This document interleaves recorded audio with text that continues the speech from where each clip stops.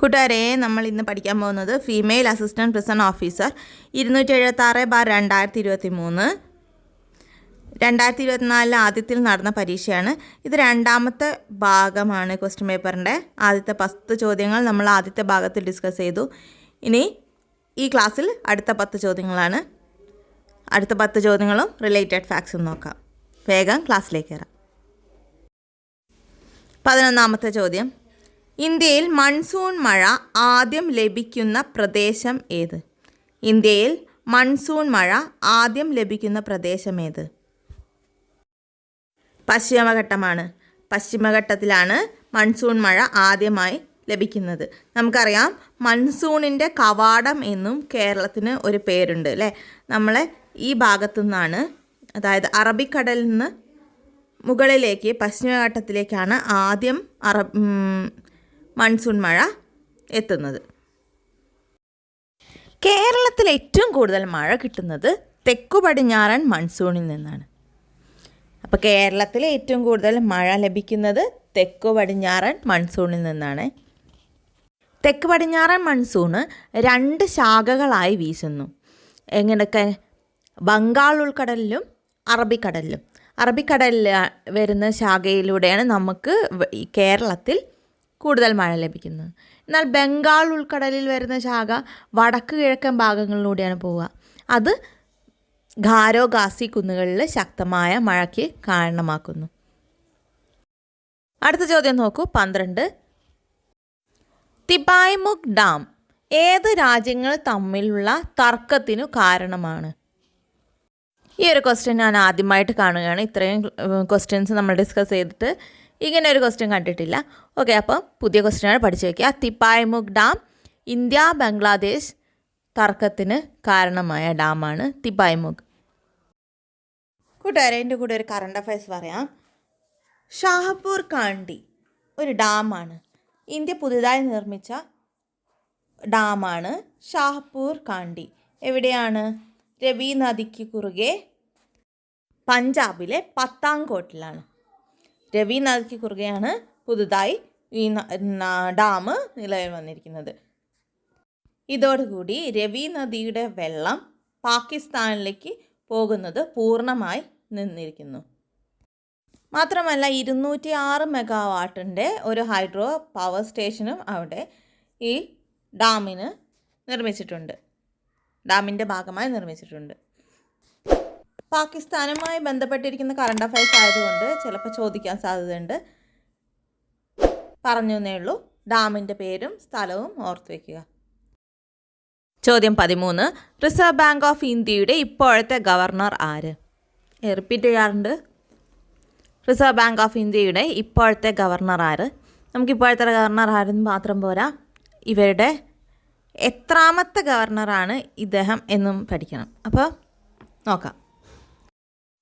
Reserve ബാങ്കിൻ്റെ ഇപ്പോഴത്തെ governor Shaktikanta ദാസാണ്.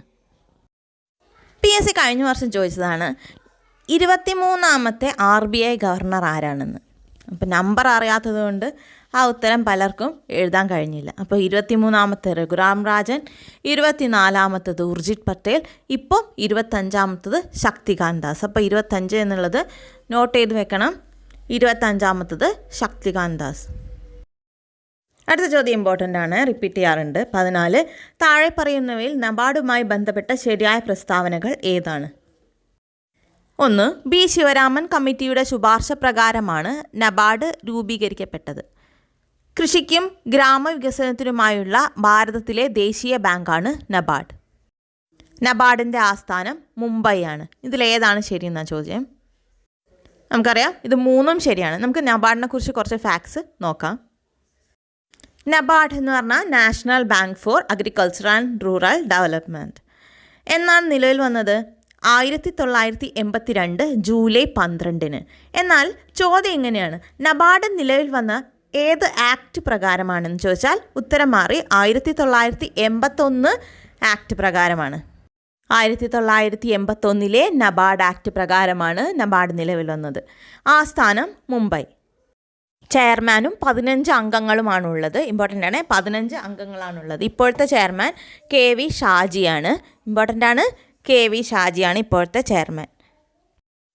RBI 1979 നിയമിച്ച ക്രാഫി കാർഡ് കമ്മിറ്റി ആണ് നബാർഡ് ഫോം ചെയ്യാൻ കാരണമായത്. അതിൻ്റെ ആദ്യത്തെ ചെയർമാൻ ആയിരുന്നു ശിവരാമൻ, B. ശിവരാമൻ. അതുകൊണ്ട് ശിവരാമൻ കമ്മിറ്റി എന്നും ഈ ക്രാഫി കാർഡ് കമ്മിറ്റി അറിയപ്പെടുന്നു.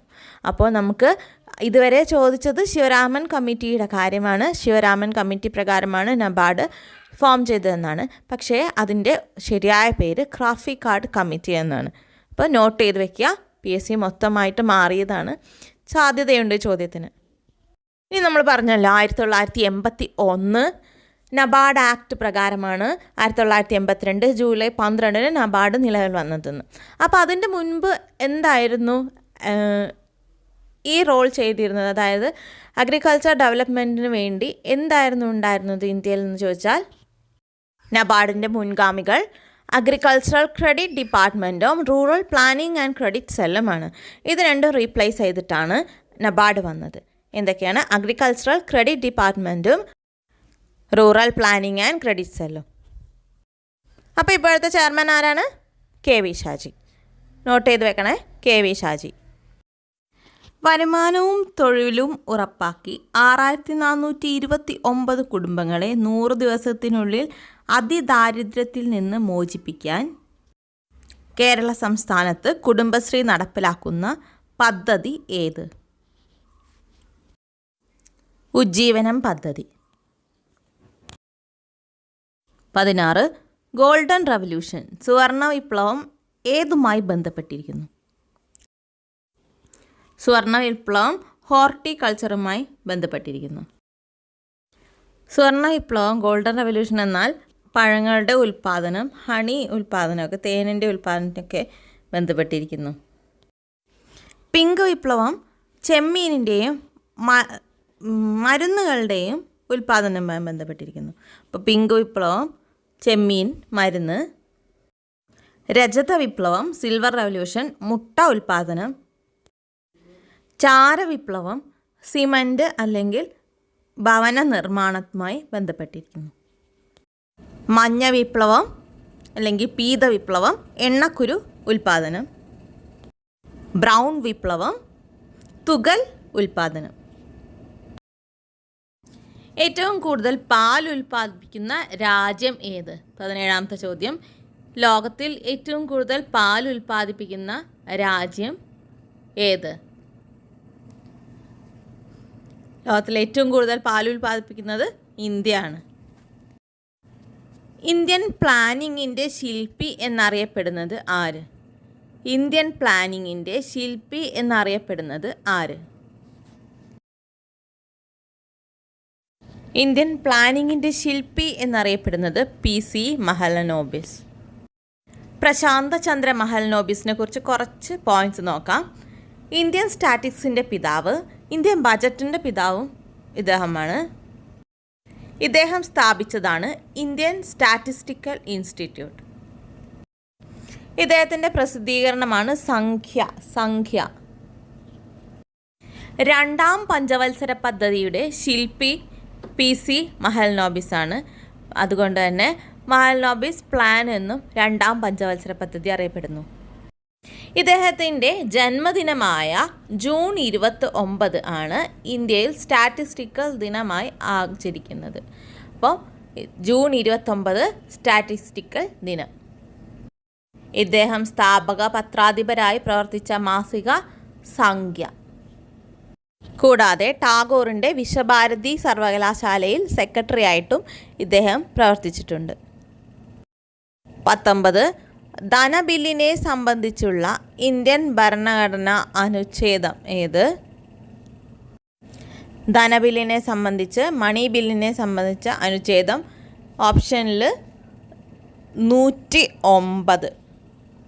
ഓപ്ഷനിൽ 110 ഉണ്ടെങ്കിൽ അതാണ് ഏറ്റവും കറക്റ്റായ ഉത്തരം. മണി ബില്ല്, ധനബില്ല് 110 ആണ്.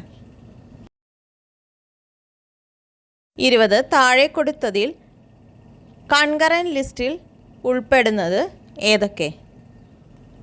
കൺകറൻറ്റ് ലിസ്റ്റിൽ എന്ന് പറഞ്ഞാൽ നിയമം നിർമ്മിക്കാൻ സംസ്ഥാന ഗവൺമെൻറ്റിനും കേന്ദ്ര ഗവൺമെൻറ്റിനും ഒരുപോലെ അധികാരമുള്ള വിഷയങ്ങൾ, അതെല്ലാം കൺകറൻറ്റ് ലിസ്റ്റിലാണ് ഉൾപ്പെടുത്തിയിരിക്കുന്നത്. ഇപ്പോൾ കൺകറൻറ്റ് ലിസ്റ്റിൽ ഉൾപ്പെടുന്ന വിഷയങ്ങൾ ഏതൊക്കെയാണെന്ന് നോക്കാം.